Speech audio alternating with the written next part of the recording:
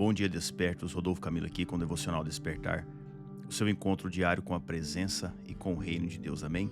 Quinta-feira, 12 de fevereiro de 2026. Eu quero falar com você hoje sobre próximos de Jesus. Próximos de Jesus. Acredito eu que você já ouviu a parábola do bom samaritano. Eu quero ler hoje com você, como de costume, tentando olhar por uma outra ótica. Vamos lá? Lucas capítulo 10, verso 25 ao 37, diz: E eis que certo homem, intérprete da lei, se levantou, com o objetivo de pôr Jesus à prova, e perguntou: Mestre, o que farei para herdar a vida eterna? Então Jesus lhe perguntou: O que está escrito na lei? Como você a entende? E isto ele lhe respondeu: Ame o Senhor seu Deus de todo o seu coração, de toda a sua alma, com todas as suas forças e todo o seu entendimento. E ame o seu próximo como você ama a si mesmo. Então Jesus lhe disse: Você respondeu corretamente. Faça isto e você viverá. E a primeira chave para deixar no seu coração é: tenha um entendimento correto. Tenha um entendimento correto. Jesus trabalha na individualidade de cada um, de acordo com a sua perspectiva e entendimento. Com a mulher samaritana à beira do poço, tratou da sua vida pregressa de adultério. Quando convocou Pedro, ele entrou no seu barco de pesca, que era a sua vida cotidiana. Com Nicodemos, quando se encontrou à noite, tratou sobre o seu entendimento acerca da lei e as suas aplicações. E agora ali, um homem, intérprete da lei, indagou Jesus sobre como herdar a vida eterna. E o que Jesus fez? Duas perguntas: o que está escrito e como você entende? Aquele homem era intérprete da lei e Jesus queria saber como de fato ele interpretava a lei. Mas ele só responde a primeira pergunta, só responde o que está escrito. Fato é que a lei judaica em si continha e contém ao todo 613 mandamentos. E ele citou apenas os dois principais. Principais porque havia sido esses dois mandamentos os quais Jesus citou anteriormente, que se baseavam toda a lei, em Mateus 22, versos 36 ao 40, quando Jesus diz: Mestre, qual é o grande mandamento da lei? Quando ele foi indagado, ele respondeu: Ame o Senhor seu Deus de todo o seu coração, de toda a sua alma e todo o seu entendimento. Este é o grande primeiro mandamento. E o segundo, semelhante a este, é: ame o seu próximo como você ama a si mesmo. Destes dois mandamentos dependem toda a lei e os profetas. Então Jesus resumiu toda a lei nesses dois mandamentos. Acredito eu que aquele homem que pôs Jesus à prova já tinha ouvido Jesus ensinar antes. Ele já tinha ouvido Jesus, digamos que, resumir os mandamentos todos apenas nestes dois. Talvez ele ainda estava indeciso na sua caminhada. E por que aquele homem não respondeu a segunda pergunta? Porque ele ainda tinha dúvida sobre a aplicação daquilo que estava escrito. O que está escrito? Como você a entende? Nós precisamos fazer essa pergunta para nós mesmos. Entendimentos errados nos conduzem ao engano. Não basta sabermos o que está escrito, precisamos praticar. Mas para praticar corretamente, precisamos entender corretamente. Eu falo sempre: Deus não espera que você decore versículos e capítulos. Ele quer que você viva o que está escrito. Porque Ele não se impressiona com quem é bom de endereço de Bíblia, mas Ele se impressiona com quem vive a Bíblia de forma correta. Amém? E nós precisamos ter o entendimento correto.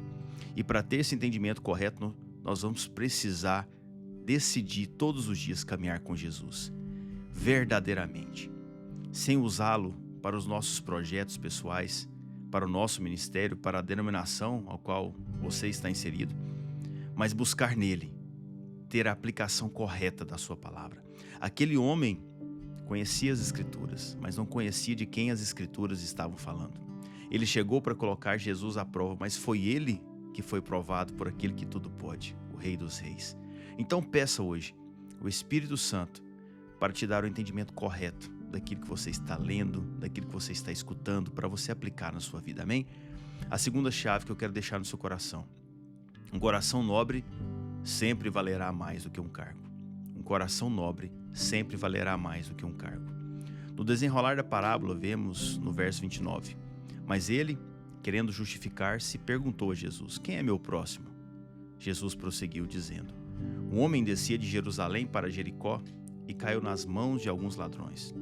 Estes, depois de lhe tirar a roupa e lhe causar muitos ferimentos, retiraram-se, deixando-o semi-morto. Por casualidade, um sacerdote estava descendo por aquele mesmo caminho, e vendo aquele homem, passou de largo, que é distante. De igual modo, um levita descia por aquele lugar. Vendo-o, passou de largo. Certo samaritano, que seguiu o seu caminho, passou perto do homem, e vendo-o, compadeceu-se dele. E aproximando-se, fez curativos nos ferimentos dele, aplicando-lhes óleo e vinho.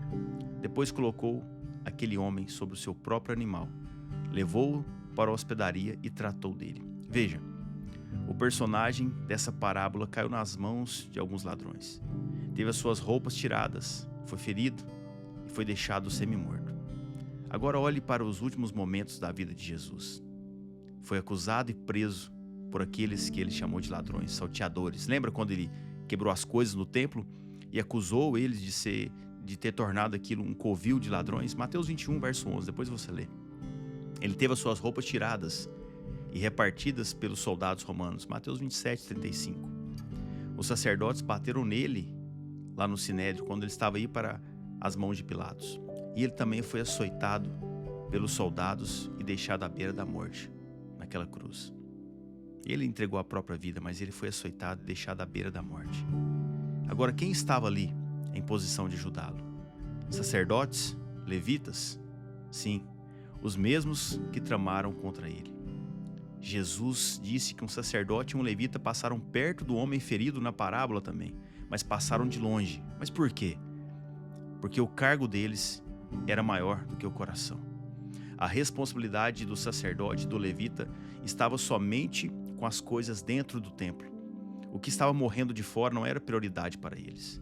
Mas passou alguém e decidiu cuidar daquele homem ferido. E por que um samaritano? Porque os samaritanos não tinham um templo para adorar. Por uma questão cultural, uma rixa antiga, uma divisão antiga no reino de Israel, os samaritanos não iam a Jerusalém para adorar. Ou seja, ele não tinha um cargo específico. E Jesus ilustra isso dando a entender que o que vale é o que fazemos no dia a dia. Não somente em dias de culto, no ministério que você decidiu escolher, frutificar. É o que você faz quando ninguém vê.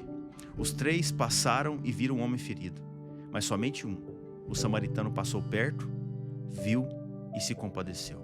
Nós precisamos ser aqueles que olham uns para os outros, se compadecem e tomam uma atitude nobre, independente do nosso cargo, título ou posição social. A terceira e última chave para encerrarmos: a misericórdia é o ápice da empatia. A misericórdia é o ápice da empatia. Finalizando a parábola, no verso 35, nós lemos: no dia seguinte, aquele homem separou 2 denários, que era a moeda romana de prata, que era o pagamento por um dia de trabalho, cada denário, e os entregou ao hospedeiro, dizendo: cuide deste homem, e se você gastar algo a mais, eu farei o reembolso quando eu voltar. Então Jesus perguntou: qual destes 3 parece ter sido o próximo do homem que caiu nas mãos dos ladrões? O intérprete da lei respondeu: o que usou de misericórdia para com ele.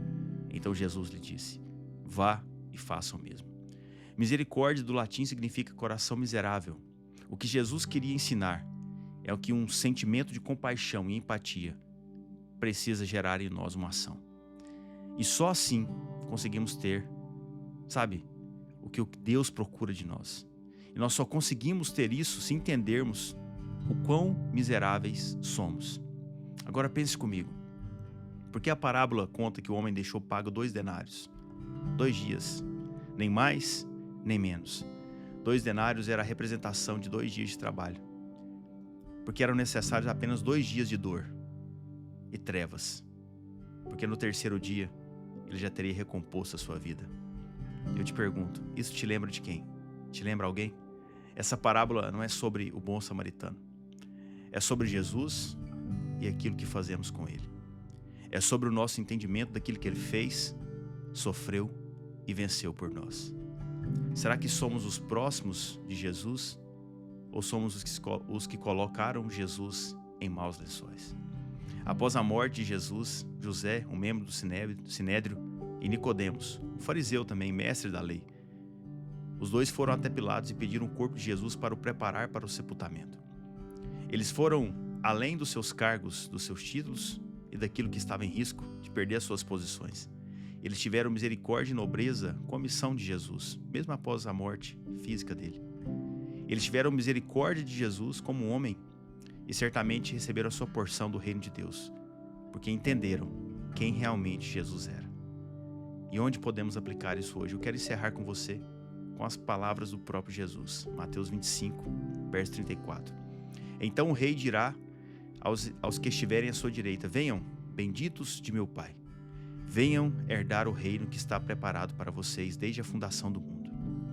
Porque tive fome e vocês me deram de comer, tive sede e vocês me deram de beber. Eu era forasteiro e vocês me hospedaram. Eu estava nu e vocês me vestiram, enfermo e me visitaram, preso e foram me ver. Então os justos perguntarão: quando foi que vimos o Senhor com fome e lhe demos de comer, ou com sede e lhe demos de beber? E quando vimos o Senhor como forasteiro e o hospedamos, ou nu e o vestimos? E quando foi que vimos o Senhor enfermo ou preso e fomos visitá-lo? O rei respondeu. O rei respondendo lhes dirá: em verdade lhes digo que sempre o que fizeram a um destes meus pequeninos irmãos, foi a mim que o fizeram. Então Jesus está em mim, Jesus está em você, Jesus está naquela pessoa que está perto de você, precisando de um abraço, de uma cesta básica, de um remédio, de um medicamento, de um dinheiro para completar, para pagar a conta de energia, para comprar o gás, para comprar um remédio para o filho. Não sei. Deus vai te direcionar. Sempre, sempre. Eu acredito nisso. Que você seja aquele e aquela que passa perto, vê, se compadece e toma uma atitude em nome de Jesus. Eu quero orar pela sua vida.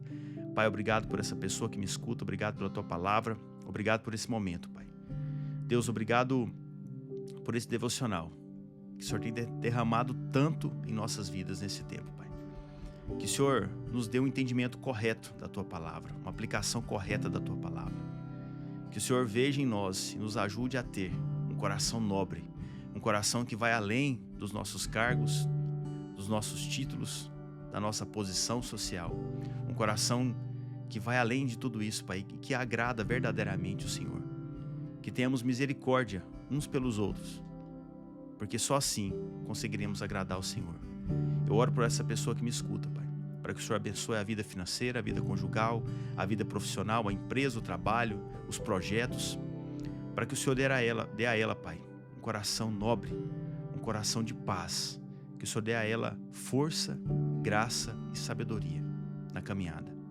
Que hoje seja um dia feliz na vida dela e que ela transborde do teu amor, do teu poder e da tua graça para a honra e para a glória do Senhor Jesus. Sim, eu oro e te agradeço em nome de Jesus. Amém? Se você lembrou de alguém, compartilha essa mensagem. Se você recebeu, deixa aqui no grupo, ou no Spotify, ou no YouTube, o seu amém. Fala pra gente como Deus tocou no seu coração. Eu espero você aqui amanhã, porque o que Deus fez hoje, Ele vai continuar amanhã. Não falte ao encontro.